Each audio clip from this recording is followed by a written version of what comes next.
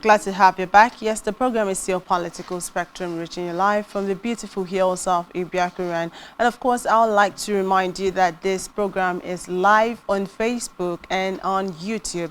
You can use the handle at SpectrumTv NG and join the conversation.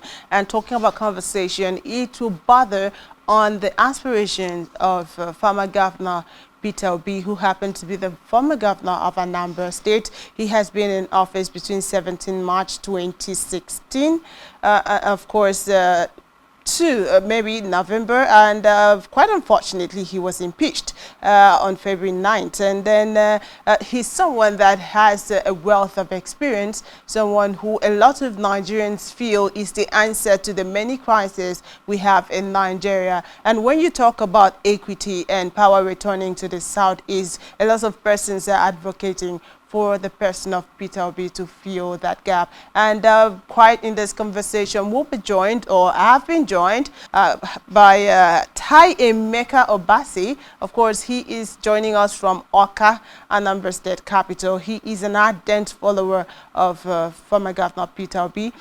Consistently, he has been on the trail of Peter Obi for 13 years. So who better than him to tell us why everybody is chanting the cause for Peter Obi to join the presidential race? Good morning, Mr. Obasi. Good morning. Okay. Thank you for having me. All right. Glad to have you on the show, I must say. Okay. How has it been following Peter Obi? Let me start you up with that. Yeah. First, the most important thing about this individual is his simplicity, humility, and down-to-earth nature. So, following him around is like following your mate around, going places. The most striking thing about him is you will say, how can this very simple individual be so sophisticated in planning and execution? That is, judging from what he did 8 years as governor of Anambra State. That is how he got his followers. That is from where he made the people that loved him started loving him based on how he handled the office of the governor of Anambra State. And from there, he went beyond Anambra State because weaving walls half year, and people visit and see what he did. So, and he has always been on public speeches on television and what have you.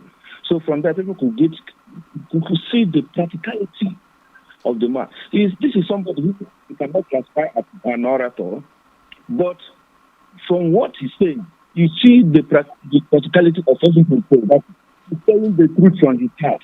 So it makes him, every time he wants to talk, everybody will listen because he's talking from the heart. He's talking from the students. He's talking from the practical things he has done, not just planning and blowing grammar like some of our politicians do. This is a practical man who tells you what is practicable. If he tells you this can be done, he has seen it, he has looked at it, and found out it can be done. And when he says it, he knows how to do it. Well, a lot of persons believe that. Okay. Yeah. Go ahead. Let's see. So that is why any person, any passionate individual, any progressive, anybody who loves this country, we want to feel this man. He wants to feel the cost of this man, talking from the apex level of leadership of this country. And let me tell you, this is it's not all about this coming from the South. So sure, we from the South believe this is our time to produce a president from the Igbo extraction or from the Southeast extraction. We believe that. But the fact remains that this particular individual we are presenting now, it's not all about coming from Southeast. No. It's all about his individual qualities. In every aspect of all the people that have indicated interest, let me not say, I won't be overstating or exaggerating. Okay. If I tell you pointedly that there's no better candidate to have around than this great man. Well, Mr. Obasi, at this point, let me pause you there, please. You would understand that in as much as former Governor Peter Obi is qualified as a Nigerian, as a Southeasterner, as someone with a pedigree, so to say, to run for the office of the presidency in Nigeria. Now, you would know that within the People's Democratic Party, issues of zoning the presidential ticket to either the north or the south still exist. Now, how do you think that will favor your principle? Honestly, I didn't get your question clearly. Please, could you mind? Okay. Now, I'm clear talking that for about me? issues of zoning within the People's Democratic Party. Peradventure, the party zones its presidential ticket to the north. Now, what would happen, or would that mean your principal or former Governor Peter Obi would not contest again at that point, or would not push further? No, the fact is that every political structure or happenstance, like every other thing in life, has a pattern, or rather has a set down rule. If you go to the primary election, and it happens that he didn't get the ticket, I know him very well. He will support whoever gets it, because he's a partner. He will support whoever gets it, provided it is done on a level playing field. Once it is done on a level playing field, and there's nothing behind, it was just free and fair, he will not have any other program to support whoever. Imagine. But we are saying the parties, we are saying from the party that since the independence, or rather since after the Civil War, that it is time to practice no victor, no vanquish. It is time to rotate, to let for the other zones, to let an able man, to let somebody from the southeast get to the apex level of leadership in this country. Why we are saying that, why we are so particular this time around, is that we have a candidate, or who's for now an aspirant. We have an aspirant under PDP who is not just going there because he comes from the southeast. We are sending him because he's the best we have around. He's the best we have around based on antecedents. Okay. Based on his antecedents. As a human being first, a very disciplined human being, and then a very hardworking one, who, after 8 years of governance, his records are still unblemished. Okay. Till we stop today. You right. will hear him pushing cutting costs of governance. He's not saying those things for the sound of his voice. It is what is practiced. That was why he was able to sell 75 billion and kept it aside, 75 billion in cash and investment for his predecessor, and another $156 million saved in 3 different banks for the future of the generations of Anambarians. So if you look at those antecedents, you can't find any better person. Well, when you still talk about options, we have seen former Governor Peter Obi move his close relationship with Alhaji Atiku Abubakar, because in the last elections, he was pairing with, as a running mate to Alhaji Atiku Abubakar. And now both of them are contesting or are aspiring on with separate interests.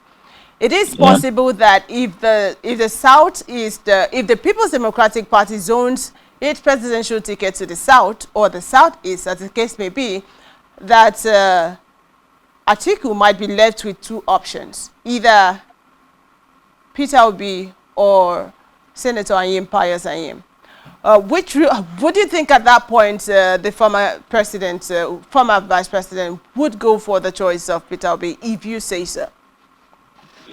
This is politics, and it's usually very, very unpredictable. You cannot, in politics, you cannot accurately predict human nature. But I can only tell you that I followed Peter Obi everywhere in support of His Excellency, former Vice President Atiku Abubakar, and he supported him without reservations. Throughout the sessions in court, I was there with Mr. P2B. He was at every session in court contesting their mandate.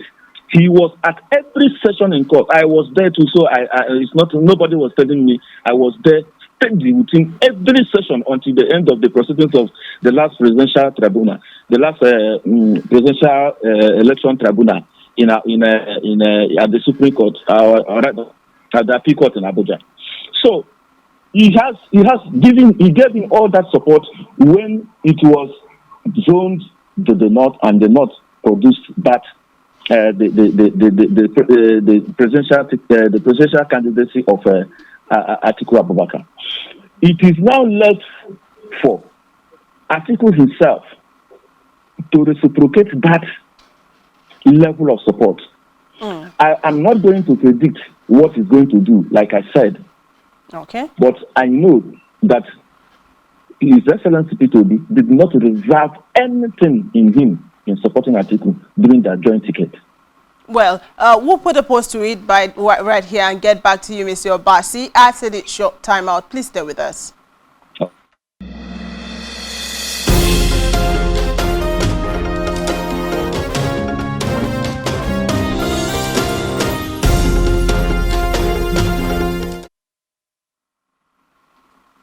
Glad to have you back. Yes, this is Political Spectrum, reaching you live from the beautiful hills of Ibiakura. And of course, you can reach out to us through our socials, our different social media handles on Facebook, on Instagram, on YouTube. And of course, you can comment and also make suggestions as regards our focus for today. And we'll look out to it for that. Meanwhile, Mr. Obasi, you still there, right? Yeah, I'm here. All right, Mr. Meka, I'm concerned because quite a number of persons aspiring for the presidential position from the Southeast. We've talked about former Governor Peter Obi, who has, formally gotten a form or to aspire, and then Governor Dave Umahi is also aspiring, and then Senator Anyim Pius Anyim is also aspiring. Do you see them merging camp at some point, or do you think any consensus can come out of the Southeast to front one person if they really want to push for a Southeast president? Yeah, like I said earlier. Human. You cannot predict human nature, especially when it comes to politics. It depends on the mindset. It depends on what all the aspirants started out with, or what they intended from the beginning. It is a possibility that they could get together, depending on happenstances and depending on what happens along the way. There's a possibility they can come together. Before you know it, they say, okay, we are keen behind one person. There's equally a possibility that all of them could go to the ballot, however it ends. So as of now, it's on May 28th the primary PDP presidential primary will happen about 2 months from now, or less than 2 months from now. It's still a very long time in politics. 1 month is a very long time in politics. Even in primary election, 24 hours is a very long time. Anything can happen. Constitution can be made, consensuses can be made, and 10 candidates can become one. Or 5 candidates can become one. 10 can even become one. So, but everybody has to play his card. Everybody has to play the card. Sometimes in this kind of way, I think the bigger the merrier. Because when there is a lot of aspirations, a lot of people aspiring, it brings out the best in each one of them. So when the choice is being made on where to narrow down to, it becomes easier. Then probably one person comes, so you won't see his best and they are following him sheepishly. No. When there are a lot of people, this is the presidency of this country, for goodness sake, my dear. It has to be a serious affair. So anybody, if there are 10 people from the Southeast, let them have it. But from there, everybody show your stuff. When it is coming to the end of when we are approaching end game, there can be some consensus on how to align. But as far as I'm concerned, as far as I can say, the field is open. Let Well, everybody who has the capacity join. Let but me know. Let Nigerians judge. Let Nigerians see them. well, comparatively to what happened in the just concluded APC National Convention, we saw more of consensus, and they say that was done to avoid some conflict after the convention. And that could be the same case with having many aspirants, which of course we know is just one person that will fly the flag of the party for a particular position. Do you see that as something that might bring some sort of conflict within the People's Democratic Party? Provided it is the game is played according to rules. Provided it's not all about character assassination Does from one politics camp to have rules? yeah. Wherever it is done within the rules of sanity, I don't see any problem with having many contestants. It brings out the best in every contestant. So when we are now talking about having a consensus, it will be easier to narrow down on on the best. But when you bring out somebody, when he feels it is his own ticket, it is very you might not see enough. And another thing is that primary is one thing, the main election is another. When you have more people contesting, you are being prepared for the main election. But when you are just coming to just pick the ticket and go, the main election might be difficult for you. So if the PDP is they have as of the last count, 11 people have picked tickets. About 12 people have picked tickets as we speak. Depending on what the zoning committee of the party is going to say, which expectedly, if they go southeast, we might be talking of about 4 or 5 contestants. So if those people are there and they are all contesting and they are showing their stuff, it is equally preparing them for the main election. And I said, provided it's done within the rules and not in the idea of trying to assassinate anybody's character. And I believe from the quality of the people from the southeast already coming out, they must have enough decorum to pursue the aspirations within the rules of the law and within sanity and within respect for each other. So once that is done, I don't see any problem. Well, talking about not having no problems, we have seen in recent times Peter will be attending functions, honoring invites from former President Alhaji Atiku Abubakar, former Vice President, I mean to say. Now that move, a lot of persons would describe as lobbying. Do you share the same sentiments? Yeah, no, that's what I was trying to explain to you about the man called P2B. He has his ways of doing things. There is no bitterness in whatever he does. Most of the time, when you see people coming after him, he doesn't even stop to respond.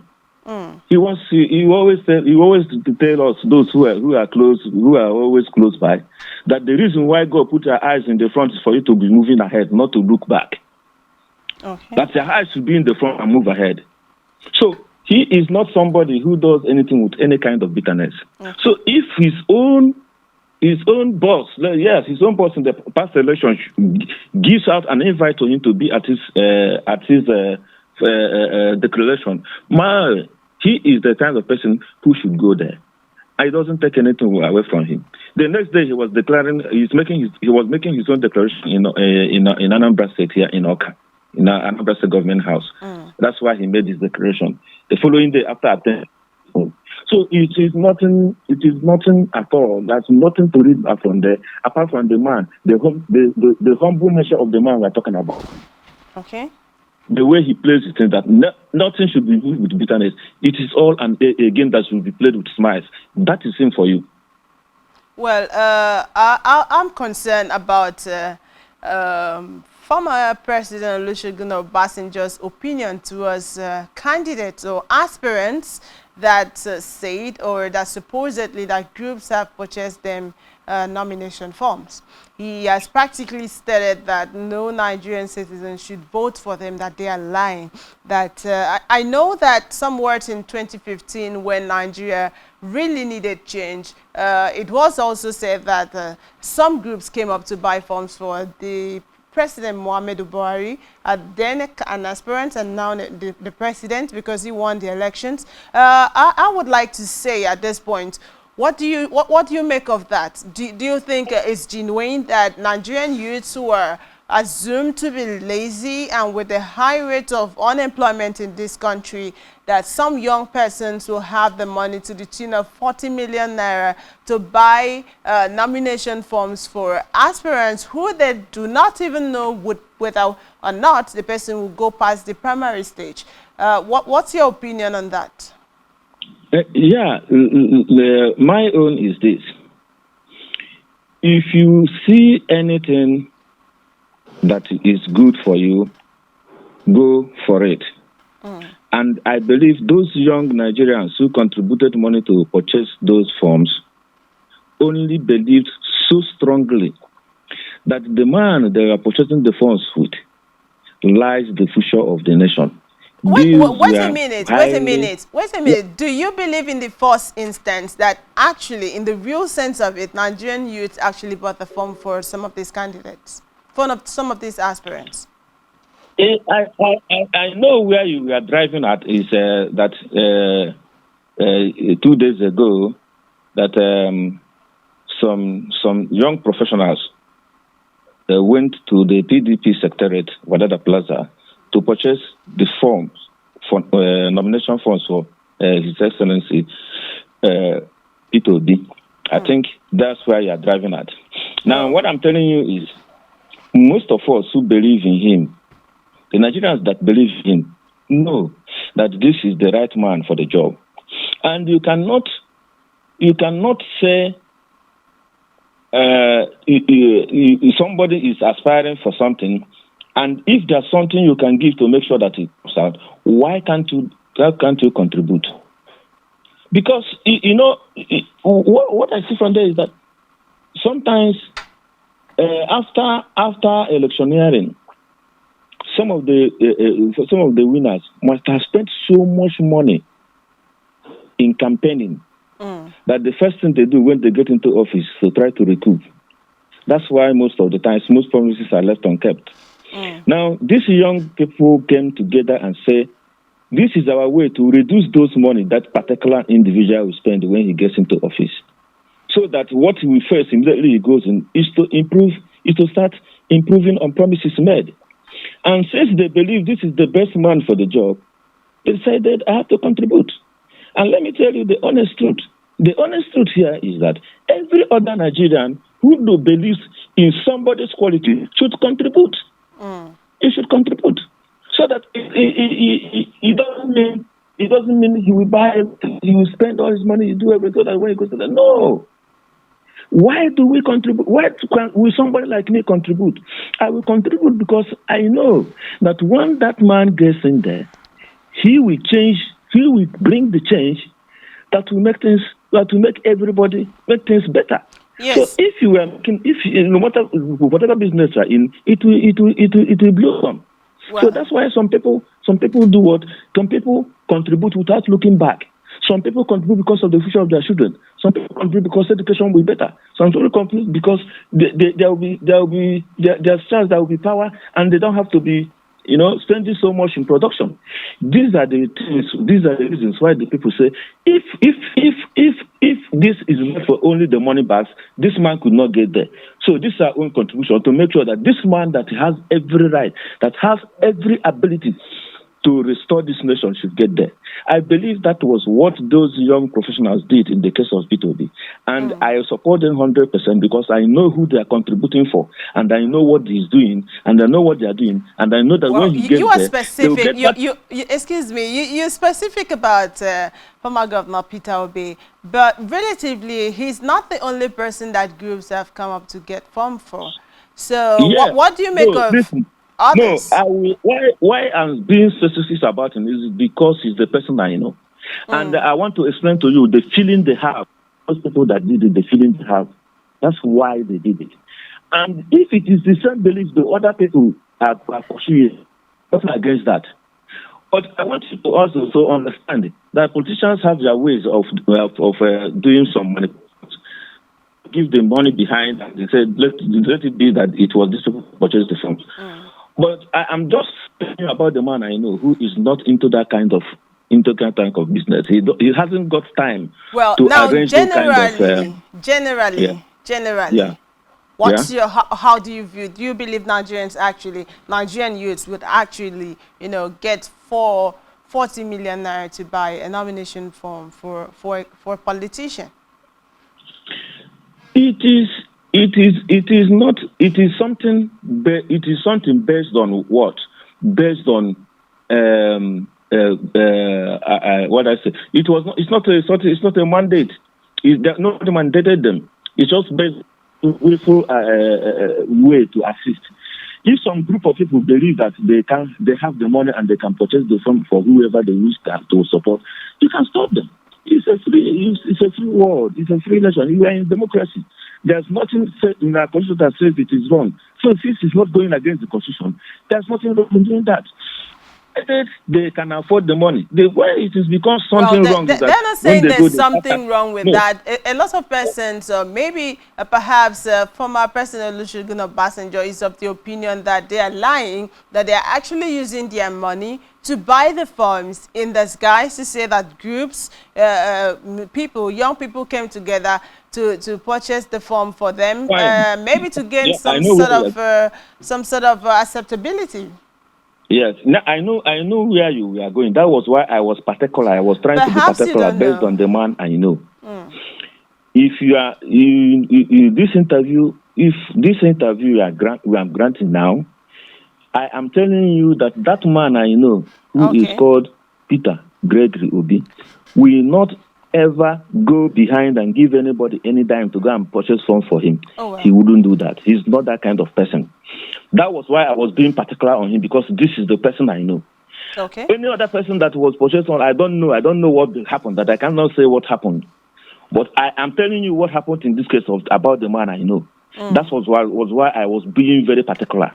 Well. So any other one, I don't know. But what I know, it is not against the constitution. It has not against any rule. It's not a crime. And if it is done genuinely, I say it 3 times. There's nothing wrong about that, as far as I am concerned. Okay. At this point, let's digress a little bit. Nigerians were promised change in 2015. And we have seen how far Nigerians can say a thing or two about the change. But now it's a time for another elections, and people are throwing themselves to join the race, one of which is Peter Obi. He has said he wants to turn around. And you would agree that at some point the word change became very controversial. Now Peter Obi is using the word turnaround, which is a synonym to change. Now what kind of turnaround are we looking at this point? Yeah, let me draw you to something. When this man entered as governor of Anambra State, there was nothing about a planned mode of saving for the state. Not to talk of saving in dollars. Apart from handing over 75 billion in cash and investments, he equally started saving. And he saved, before he left office, $156 million in 3 different banks of Access, Diamond, and Fidelity. What was he saving for? He was saving this money, having in mind that by the year 2030, the method of saving for and compound interest generation would have gotten Anambra State to $1 billion.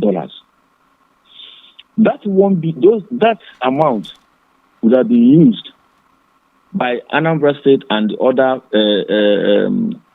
the state government in partnership with some other people, private sector, would have set up to 1,000 SMEs, small and medium scale industries. How did he get to start thinking like that? He went to China and found out that was how China, within 10 years, solved